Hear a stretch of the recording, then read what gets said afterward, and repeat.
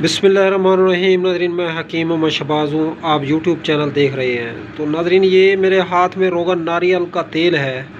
तो रोगन नारियल का तेल जो है इस वक्त हम इस्तेमाल करेंगे ख़ारिश एलर्जी के हवाले से। तो तकरीबन जो है 50 ग्राम रोगन नारियल हो और 6 से 7 टिक्की जो है कपूर की हो।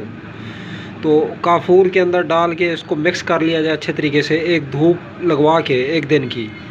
तो फिर ख़ारिश ज़्यादा जगह जो है, एलर्जी ज़्यादा जगह जो है, चंबल है, फंगस है, हल्का हल्का जो है उस जगह लगाने से ख़ारिश, चंबल, फंगस, एक्जिमा से निजात मिल सकती है आसानी से।